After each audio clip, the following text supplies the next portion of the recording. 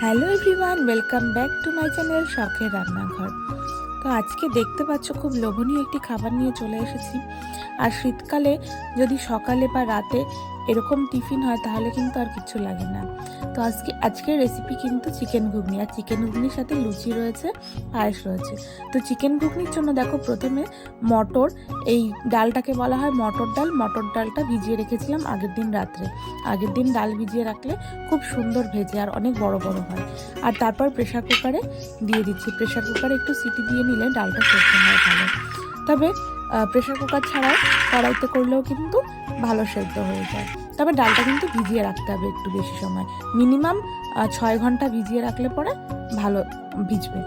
তো একটু লবণ দিয়ে দিয়েছি, লবণ দিয়ে দিচ্ছি, প্রেশার কুকারে দিয়ে দিচ্ছি। মোটামুটি 4-5টা সিটি হলেই হয়ে যাবে। তো দেখো পরিমাণ মতো জল দিয়ে এবার বসিয়ে দিই।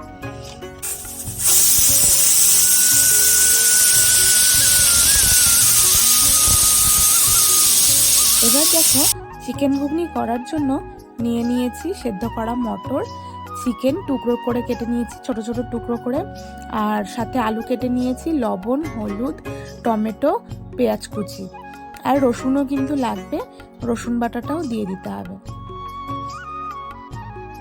তো এবার তাড়াতাড়ি কড়াইটা বসিয়ে দিই। দেখো কড়াই অলরেডি বসিয়ে দিয়েছি উনুনে, আর কড়াই গরম হয়ে গেছে। দিয়ে দিচ্ছি তেল। এবার ফোড়নে দিয়ে দিচ্ছি তেজপাতা, আর তারপর দিয়ে দিচ্ছি গোটা জিরে। এবার রসুন যে বেটে রেখেছিলাম, বেটে রাখা রসুনটা, মানে বাটাও না, হালকা থেতো করা রসুনটা দিয়ে দিচ্ছি। আর তারপরে সাথে সাথে দিয়ে দিচ্ছি পেঁয়াজ কুচি।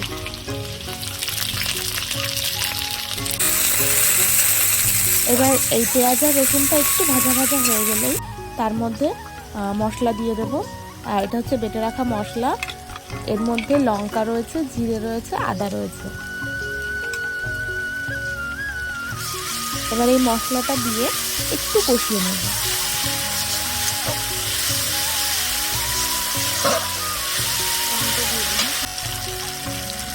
এর মধ্যে এবার দিয়ে দিচ্ছি কেটে রাখা টমেটো,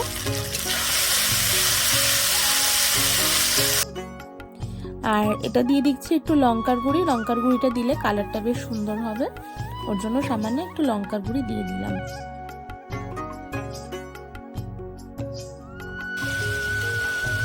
এবার দিয়ে দিচ্ছি লবণ, পরিমাণ মতো লবণ আর হলুদ। দেখো মশলাটা কিন্তু ভালোভাবে এবার কষিয়ে নেবো, আর মনেই হচ্ছে দেখো কষা হয়ে গেছে।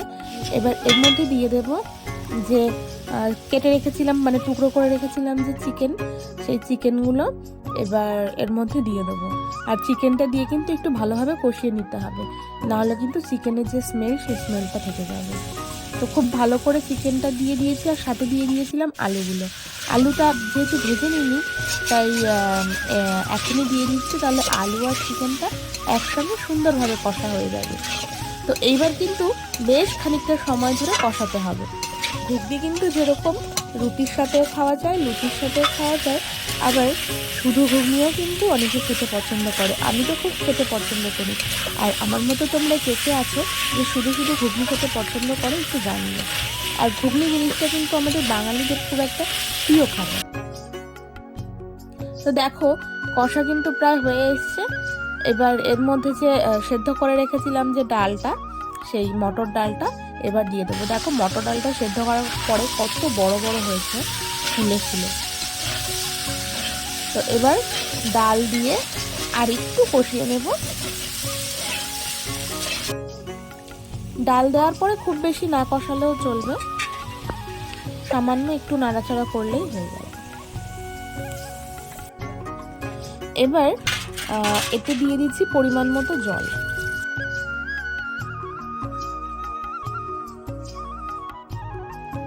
তো যেটুকু জলের প্রয়োজন সেটুকু জল দিয়ে দিচ্ছি। তোমরা যেরকম ঝোল রাখবে সেভাবে তোমরা দিয়ে দিতে পারো, এতে কোনো অসুবিধা নেই।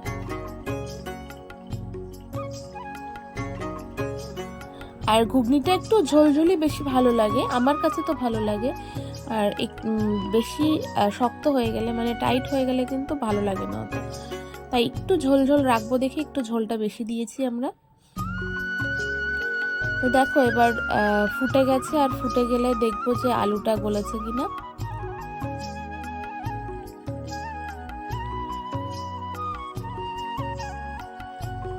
দেখো মানে এখনই দেখে খেতে ইচ্ছা করছে, এত সুন্দর লাগছে দেখতে। আর একটু চিনি দিয়ে দিচ্ছি, প্রায় কিন্তু হয়ে এসছে ঘুগনিটা। এবার দিয়ে দেব একটু গরম মশলা গুঁড়ো। গরম মশলা গুঁড়ো দিয়ে একটু মিশিয়ে নেব ভালোভাবে। আর তারপর দিয়ে দেব কেটে রাখা ধনেপাতা কুচি। ধনেপাতা এখন যেহেতু ধনেপাতার সিজন, তাই ধনেপাতা তো দিতেই হবে। আর ঘুগনিতে কিন্তু ধনেপাতা দিলে খুব সুন্দর একটা সেন্ট আসে। তো দেখো আমাদের ঘুগনি কিন্তু রেডি হয়ে গেছে।